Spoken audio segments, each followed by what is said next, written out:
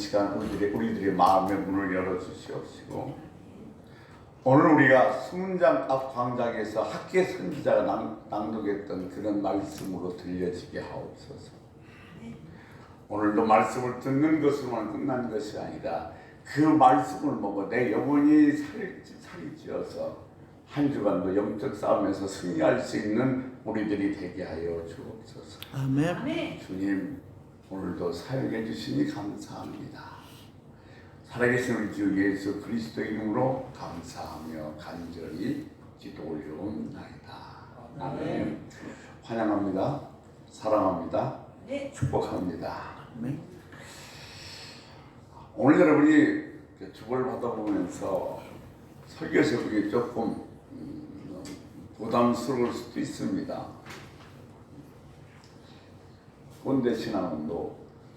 근데 제가 이 1시간은 짧아서 이번 주고 다음 주에 나눠서 하려고 했는데 그 말씀을 듣다 보면 이렇구나 하는 것을 다시 듣게 될 줄로 생각이 됩니다. 2004년도 홍성사에서 출간한 그 책 중에서 하늘에 속한 사람이라는 책이 있습니다. 근데 그 책은 중국에서 사역을 하는 윤현재라는 사람의 이야기를 기록하고 있는데, 그가 중국 지하교회를 돕다가 그만 잡혀서 아주 고문을 받으면서 내 이름이 뭐냐고 욱박지름을 받습니다. 근데 그때 그가 이렇게 얘기합니다. 나는 하늘에 속한 사람이다.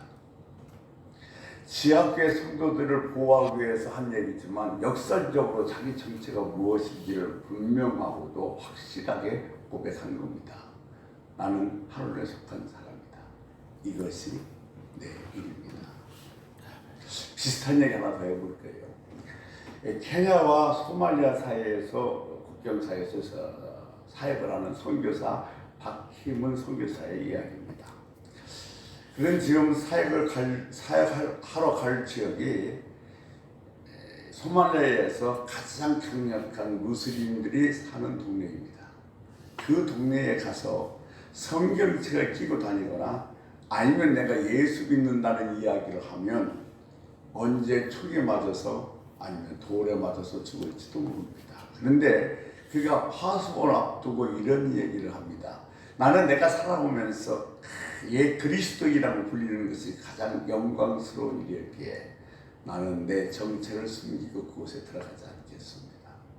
나는 혹시 가서 총에 맞아 아니면 돌에 맞아 죽는다 할지라도 당당하게 나는 예수 믿는 사람이라는 신분을 가지고 들어가렵니다. 또 만납시다. 아니, 못 만나면 천국에서 봅시다. 그가 얼마나 예수 믿는 사람의 정체성을 중요시 여겼으면 그의 책 제목은 이렇습니다. 내 이름은 그리스도인입니다. 그가 얼마나 이 그리스도인이라는 정체성을 정말 중요하게 여겼는지를 감정적으로 알 수가 있었습니다.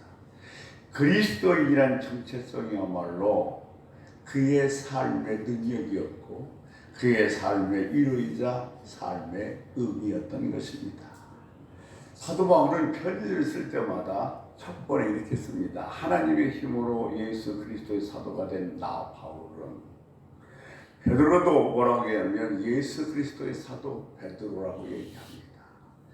스스로 정체성이 분명한 사람은 삶의 전체가 흔들리지 않습니다. 어느 상황에서도 중심을 잃지 않고 당당합니다.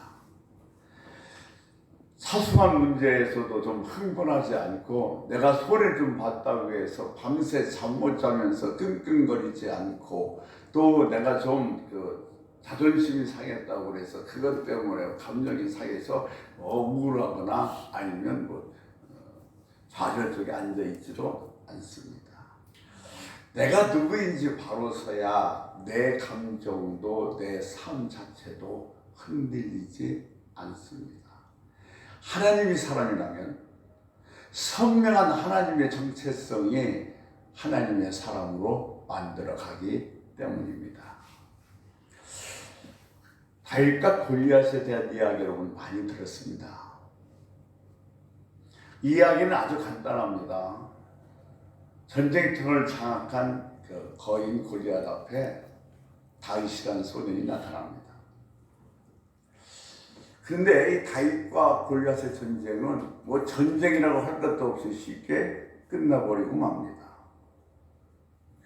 그러니까 어떻게 보면 뭐 시시하게 얘기할 만큼 별 감동이 없는 이야기 같지만 이야기가 두고두고 우리들에게 희열을 주는 이유는 시작과 끝이 하나님으로부터 시작했고 그 장면 사이사이마다 하나님을 발견할 수 있게 되기 때문인 것입니다. 하나님이 택하였었던 다윗은 매력적인 사람입니다. 다윗은 거대한 거인 골리앗을 홀로 상대했던 사람이었고 하나님의 이름이 더럽혀지는 것에 대해서 분노할 줄 알았던 유일한 사람입니다. 지금까지 나를 지키셨던 하나님을 믿음으로 그의 모든 것을 지켜왔던 작지만 결코 작지 않은 다윗에 대해서 조금은 깊이 생각해 보려고 합니다. 도대체 다윗이 무엇이 골리앗 앞에 서게 만들었을까요? 두 가지만 살펴보겠습니다. 첫째, 그 정체성에 대한 확신입니다. 다윗은 무엇보다도 나는 누구인가 자기의 정체성에 대해서 확신을 갖고 있었던 사람입니다. 도전하는 사람에게 있어서는 내가 누구인지를 정확하게 아는 것이 싸움의 시작과 끝을 결정한다고 해도 틀린 말은 아닙니다. 다윗이 골리앗과 마주치는 순간 이스라엘 군대와 사울 군대들이 블레셋 군대들이 숨을 죽이면서 그 장면을 지켜보고 있었습니다. 그런데 그 싸움은 너무도 싱겁게 끝나버리고 맙니다. 다윗의 한 방으로 끝난 그 싸움은 정말 싸움이라도 할 수 없을 정도로 시시한 싸움이 되고 말았습니다. 그런데 성경을 보면 이 다윗과 골리앗의 싸움은 간단하게 적어놨어요. 근데 그 앞에 다윗과 골리앗의 설전은 아주 상세하게 적어놨습니다. 왜 그랬을까요? 하면 다윗이 어떤 일을 했는가 보다도 다윗이 어떤 사람인가가 훨씬 더 중요했기 때문입니다. 우리 역시 마찬가지입니다. 내가 어떤 일을 했는가는 다만 사실에 불과한 결론적인 이야기입니다. 내가 어떤 사람인가, 이것이 내게 당한 모든 문제를 해결해 나가는 핵심의 열쇠입니다. 때문에 내가 누구인지 아는 것이 정말로 중요합니다. 그래야 골리앗을 향하여 도전할 수 있고 그러어 싸워서 무너뜨릴 수도 있기 때문에 그렇습니다. 모든 도전의 시작과 끝은 나의 정체성을 아는 것이라고 해도 틀린 말은 아닙니다. 그런 면에서 다윗은 자기가 누구인지를 분명히 알고 있었던 사람입니다. 45절에 보면 이렇게 얘기합니다. 오늘 본문 45절에 보면 나는 만군의 여호와의 이름 곧 내가 모욕하는 이스라엘 군대 하나님의 이름으로 내게 나가노라. 너는 칼과 창을 가지고 내게 오지만 나는 만군의 여호와 이름 네가 모욕하는 하나님의 군대 이스라엘 군대의 하나님의 이름으로 나간다는 거예요. 지금 만군의 여호와 이름으로 나간다는 얘기는 하나님의 군대 신분으로 나간다는 겁니다. 다윗은 베들레헴의 들판에서 양을 칠 때는 목동이었습니다. 하지만 그가 지금 골리앗 앞에 설 때는 목동이 아니라 하나님의 군대의 신분으로 골리앗 앞에 쓴 것입니다. 사무엘상 17장 26절에 보면 이렇게 얘기합니다. 이 할례받지 않은 사람, 할례받지 않은 블레셋 사람이 누구이기에 살아계신 하나님의 군대를 모욕하겠느냐. 구약에서 할례는 곧 하나님의 아브라함의 후손 하나님의 백성이 된 것을 나타냅니다. 때문에 당시의 의식과 문화에서 할례는 매우 중요했습니다. 다윗의 골리앗 앞에 할례받지 못한 자로, 골리앗은 할례받지 못한 자로, 자기는 할례받은 자로 선언하고 있습니다. 즉 자신이 언약의 백성이요 아브라함의 후손이요 구원받은 하나님의 백성이요 하나님의 군대라는 사실을 분명히 알고 있었던 겁니다. 그래서 지금 자기는 할려받은 자, 골리앗은 할려받지 못한 자로 선포하고 있습니다. 그런데 보세요. 사울은 죄송합니다. 다윗은 자기가 할려받은 자, 아브라함의 후손이요 언약 백성이요 하나님의 군대라는 신분을 잘 알고 있었는데 사울과 사울의 부하들은 그러지 못한 것 같았습니다. 그들도 특별한 하나님의 은혜를 입은 사람입니다. 종살이 430년에 고통 속에서 출애굽했고 홍해를 걸어서 건너왔고 또한 시내산에서 하나님과 언약을 맺었고 또 광야에서는 만나와 메추라기를 내려주시고 불기둥과 구름기둥으로 인도해 주셔서 가나안 땅에 들어갔고 가나안 땅에 들어가서는 가나안 족속을 물리치는 특별한 은혜를 받은 사람들에게는 틀림이 없습니다. 그런데 그들은 그런 하나님의 특별한 은혜를 받았음에도 불구하고 그들은 하나님의 사람으로서 정체성을 갖지 못했습니다. 자신이 하나님의 군대라는 사실조차도 알지 못했습니다. 영적 전쟁에서 정말 중요한 것은 내가 누구이며 내가 어디에 속해 있는지를 아는 것이 정말 중요합니다. 그래서 하나님은 이스라엘 백성들이 요단을 건너 가나안 땅에 들어갔을 때 길갈에서 할례를 받게 했습니다. 여호수아 5장 3절 말씀에 보면 이렇게 기록되어 있습니다. 여호수아가 부싯돌을 만들어 할례산에서 이스라엘 자손들에게 할례를 행하니라. 여러분 생각해 보십시오. 전쟁에서 할례를 받는다는 것은 이건 대단히 잘못된 전략입니다. 이 할례 받는 것이 얼마나 고통스럽습니까? 표피를 잘라내는 거기 때문에 그냥 다 자리에 누워 있을 때 여리고성 사람들이 먼저 공격해 본다면 모두 다 죽음을 면할 수가 없게 되는 그런 현상입니다. 그런데 하나님은 왜 이 가나안 정복에 앞서서 전쟁터 속에서 이스라엘 백성들에게 할례를 명했을까요? 하는 질문입니다. 하나님께서는 이 전쟁에 앞서서 자신이 누구인지를 다시 한번 되돌아보고 정체성을 분명하게 하기 위해서 지금 이스라엘 백성들에게 길갈에서 할례를 명하셨던 겁니다. 표피를 잘라내는 고통을 겪으면서라도 자신이 누구인지를 다시 한번 되새기고 정체성을 분명히 하기 위함입니다. 자신이 정체성이 분명해야 가난한 원주민들을 몰아내는 영적 전쟁에서 승리할 수가 있기 때문입니다. 그렇습니다. 내가 누구인지를 아는 것은 지금 당장 전쟁이 뛰어드는 일보다 훨씬 더 중요합니다. 다윗은 평생 하나님의 사람이라는 사실을 기억하고 살았습니다.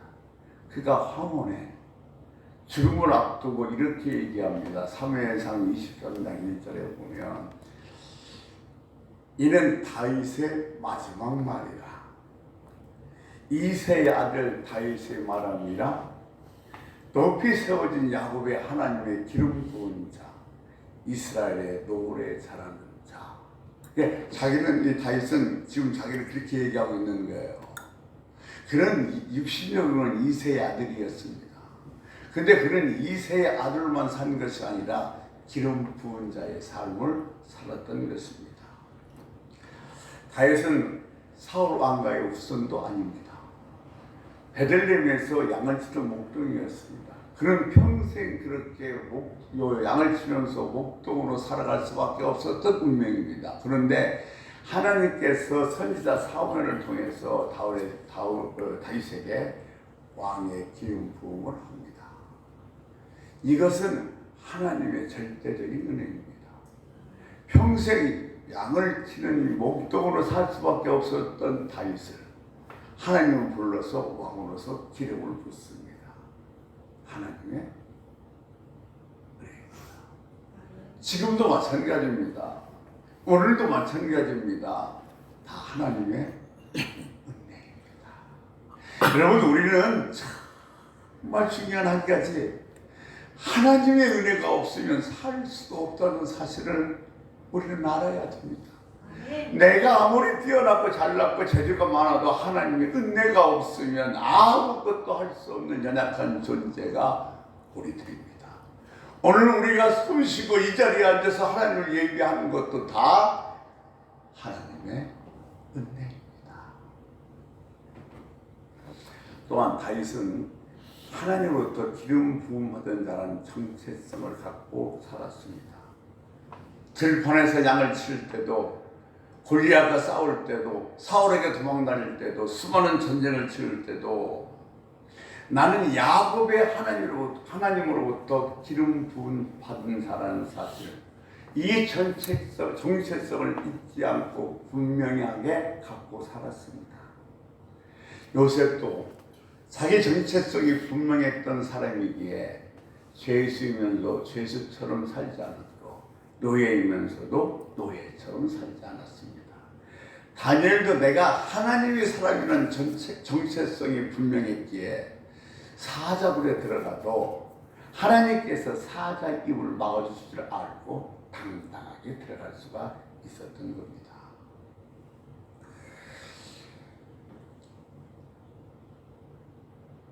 제가 이 스포츠 중에서 배구를 좋아해요. 전 초등학교 배구 감독까지 해봤습니다. 그래서 이 겨울철 V리그가 시작되면 자주 보는 편입니다. 네, 금요일 날인가 이제 2023-24 V리그가 시작하면서 최초로 아시아권 외국 사람들도 선수로 등록할 수 있어서 한 팀에 외국 선수가 2명씩 있게 되었습니다. 근데 거기 팀 중에 8줄 중에서 외국 선수 중에서 거기 한국에 오는 걸 어떻게 생각하면 앞으로 시합을 어떻게 생각하냐고 묻는데 두 사람이 뭐라고 얘기하냐면 이렇게 얘기하는 거예요. God is everything. 나는 하나님이 언제서나 함께하기 때문에 여기 외국의 싸움도 전혀 두렵지 않고 반드시 승리할 거라는 거예요. 아멘. 제가 그 얘기를 들으면서 정말 눈물 날 뻔했어요. 그 낯선 나라에 와서 저 낯선 선수들과 어울려서 시합을 하고 선수 생활한다는 걸 그렇게 쉬운 일은 아닙니다. 그런데 나는 하나님 사람이기에 하나님이 어디서나 함께 하시기 때문에 전혀 걱정이 없다는 거예요. 정말 그 선수의 하나님의 사람이라는 정체성에 대해서 너무너무도 부러워 감격했어요. 여러분, 왜 사춘기가 힘들다고 하지요? 몸은 컸는데 정신이 따라가지 못하니까 혼란스러워서 힘든 겁니다. 우리 역시 내가 하나님의 사람이라는 정체성이 분명하지 않으면 우리 삶 속에서 혼란을 겪을 수밖에 없습니다. 내가 만나는 사람마다 또 내가 처한 상황에 따라 이리저리 그때 흔들릴 수밖에 없습니다. 많은 사람들이 내가 예수 믿는 사람이란, 내가 하나님의 사람이란 정체성이 분명하지 않으면 교회에서 세상에서 카멜들처럼 살아갈 수밖에 없는 겁니다. 오늘날 제가 매일 반복해서 말씀드리지만 그리스도인이 비난받는 이유는 자신들이 말하는 정체성 같게처럼 살지 않기 때문에 그렇습니다. 스스로 하나님의 자녀라고 얘기하면서 세상 사람과 별 차이가 없습니다. 이분은 하나님의 사랑, 이웃의 사랑을 얘기하지만 그렇게 살지 않기 때문에 사람들이 지탄하고 싫어할 수밖에 없습니다. 세상과 타협하지 않고 살아가는 사람이 누구입니까? 믿음으로 도전하는 삶을 살아가는 사람이 누구입니까? 내 앞에 있는 골리앗에게 도전하는 사람은 누구입니까? 하늘에 속한 자요, 하늘의 사람이라고 정체성을 분명히 가진 사람만이 이렇게 골리앗 앞에 도전할 수 있고 세상과 타협하지 않고 당당하게 살아갈 수 있고 믿음으로 도전하는 삶을 살아갈 수 있게 되는 것입니다. 여러분, 나는 하나님의 사람이다. 정체성을 분명하십시오. 저희는 절대로 세상에 살아가면서 혼돈할 이유가 없습니다. 당당하고 분명하게 설 줄로 믿습니다. 다윗이 이렇게 골리앗 앞에 서게 된 두 번째 이유는 거룩한 분노입니다. 골리앗이 그들의 신들의 이름으로 하나님의 군대를 저주하며 조롱할 때 사울왕과 사울왕의 군대들은 소리 한 번 내지 못하고 조용히 숨쉬고 벌벌 떨며 있었습니다. 하지만 다윗은 달랐습니다. 앞서 말씀드렸던 것처럼 사무엘상 17장 26절에 이 할려받지 않는 블레셋 사람이 누구에게 살아계신 하나님의 군대를 모독하느냐. 다윗 안에는 거룩한 분노가 일어나는 겁니다. 하나님의 이름, 하나님의 그 이름을 모독하는 그것에 대해서 거룩한 분노가 일어나는 거예요. 그가 골리앗에게 도전할 수 있던 것은 살아계신 하나님의 군대를 모욕하는 그 모욕의 분노가, 거룩한 분노가 일어났기 때문이었던 것입니다. 그는 재물을 받아, 이 싸움에서 이겨서 재물을 받아 부자가 되겠다, 또 내가 잘 싸워서 왕의 사위가 되겠다, 그런 것은 생각지도 않았습니다. 오직 살아계신 하나님에게 모욕하는 그 말에 대하여 이 안에서 거룩한 분노가 일어났기에 그 거룩한 분노 때문에 다윗은 골리앗 앞에 설 수가 있었던 것입니다. 예수님에게도 거룩한 분노가 있었죠. 마가복음 11장 17절에 보면 예루살렘 성전에서 장사하는 사람들을 보고 너희들은 이 기도에 만민이 기도하는 집을 가운데 서굴로 만들었구나 하시면서 노끈으로 채찍을 만들어서 수와 양을 파는 데는 다 쫓아내시고 돈 받고 있는 자는 그 돈을 쏟으면서 상을 엎어버리십니다. 사도 바울도 이 분노를 느낀 적이 있습니다. 사도행전 17장 16절에 보면 바울이 에덴에서 그들을 기다리다가 그 성에 아주 우상이 가득한 것을 봐서 분노했습니다. 그러니까 바울이 분노한 이유가, 격분한 이유가 뭐냐면 에덴에 우상이 가득한 것에 대해서 분노를 했어요. 사도 바울은 사실 이 에덴, 아테네에 들어갈 땐 거기서 훨씬 많은 구원의 열매를 맺을 줄 알았습니다. 그런데 그런 데에서 우상이 가득 차 있었으면, 특히 전혀 신을 숭배하는 우상 숭배가 아주 팽팽했을 때입니다. 하지만 그런 상황에 대해서 바울은 분노했던 거예요. 근데 그 당시 아덴에 있었던 사람들은 그렇게 우상이 가운데도 불구하고 전혀 상관치 않고 쾌락을 즐기며 철학을 이야기하면서 살았던 것입니다. 이에 바울이 격분한 거예요. 여기서 바울이 격분했다는 얘기는 헬라어로 보면 파룩시노인데, 파룩시노는 의학 용어입니다. 즉 졸도했다, 간질병이 발작했다, 그런 의용입니다. 그러니까 지금 바울이 이 우상들이 가득한 걸 보고 경노했다는 것은 뭐 하는 거예요? 졸도할 뻔했다는 거예요. 그만큼 경노했다는 이야기입니다. 하나님이 사람들이 가졌던 분노는 인간적인 분노, 육체적인 분노가 아닙니다. 그는 죄에 대한 분노요, 우상에 대한 분노요, 영적인 분노요, 거룩한 분노였습니다. 하나님의 사람이 거룩한 분노를 갖는 것은 정말로 중요합니다. 하지만 중요한 것은 이 거룩한 분노를 어떻게 표출하느냐에 있습니다. 바울 보십시오. 우상이 가득한 에덴에서 그 우상들을 파괴하는 것으로서 자기의 이 거룩한 분노를 표출하지 않았습니다. 사도행전 17장 17절에 보면 이렇게 우상이 많은 아덴에서 경로했던 바울은 무엇을 하는 거냐면 사람들이 많이 모인 장터나 아니면 회당에서 변론을 합니다. 사도행전 17장 18절에 보면 무엇을 변론하는가? 예수 그리스도의 부활에 대해서 변론합니다.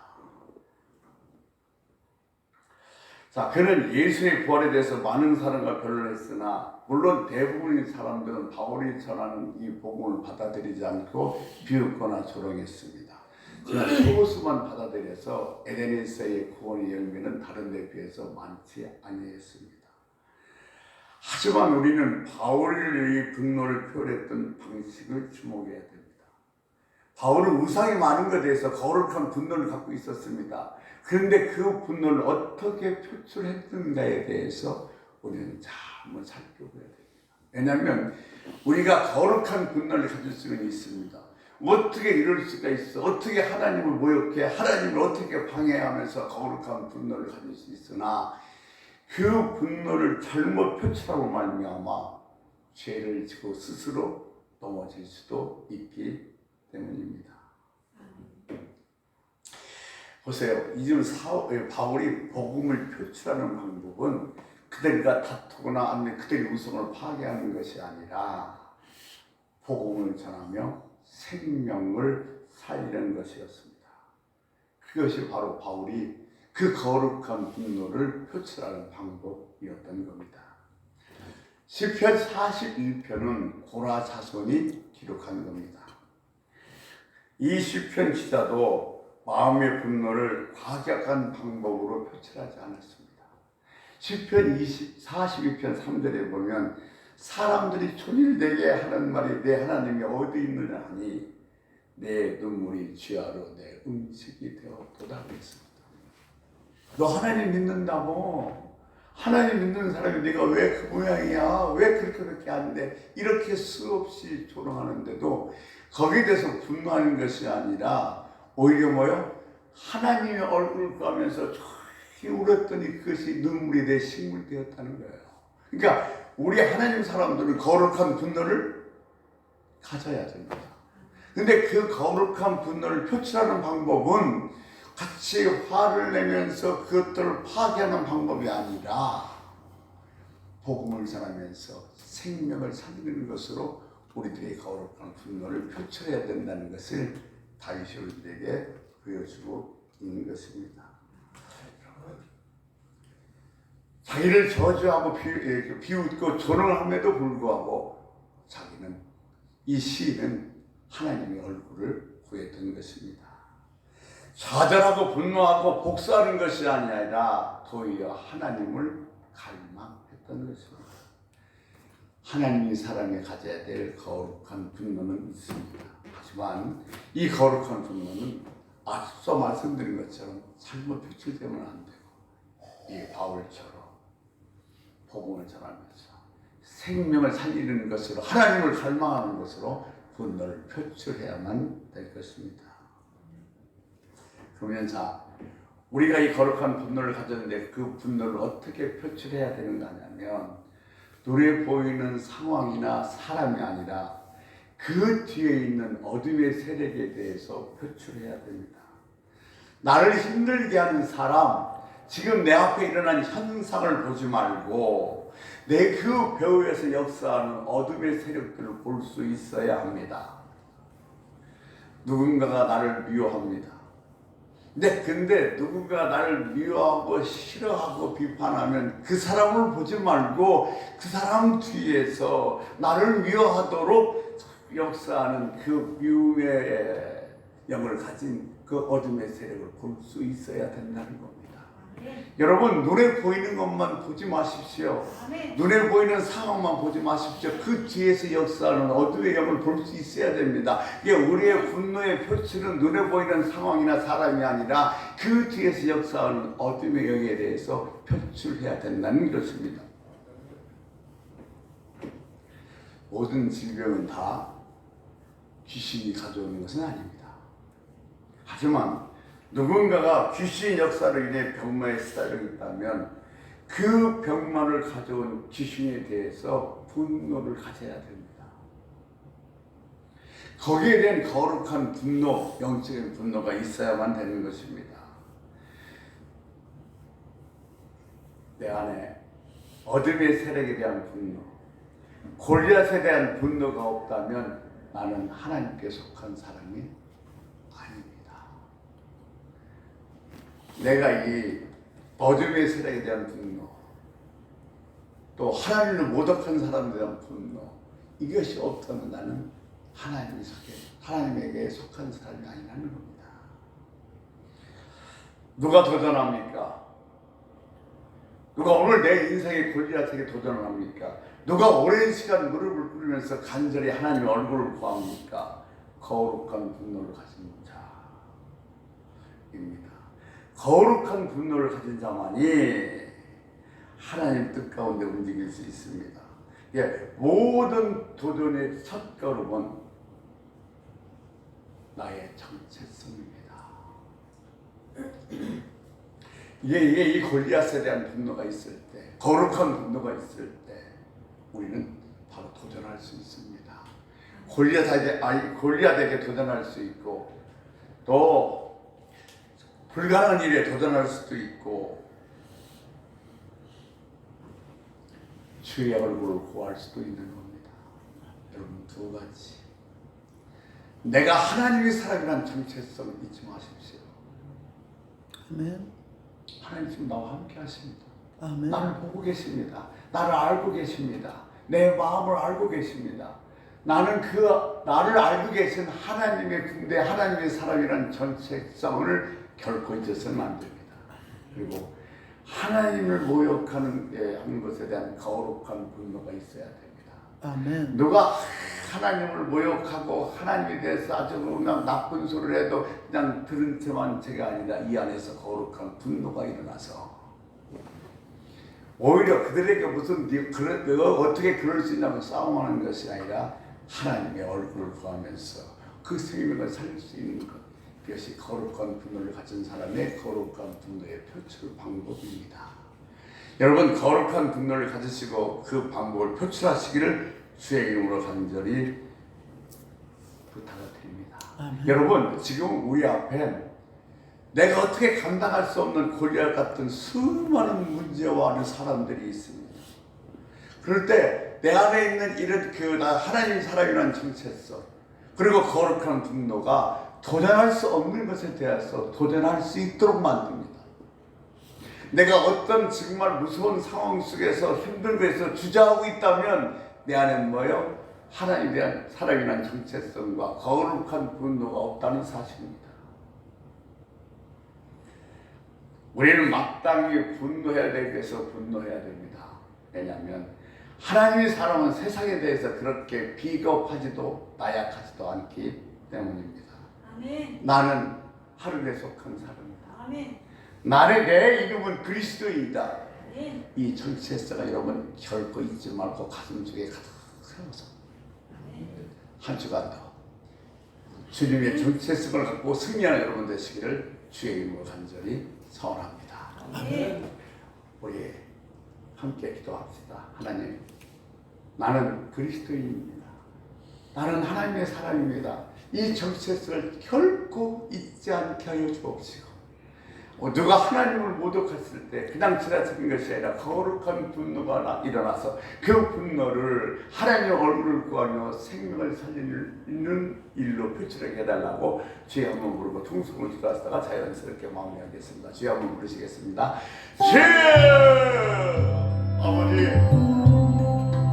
다윗이 가졌던 자기에 대한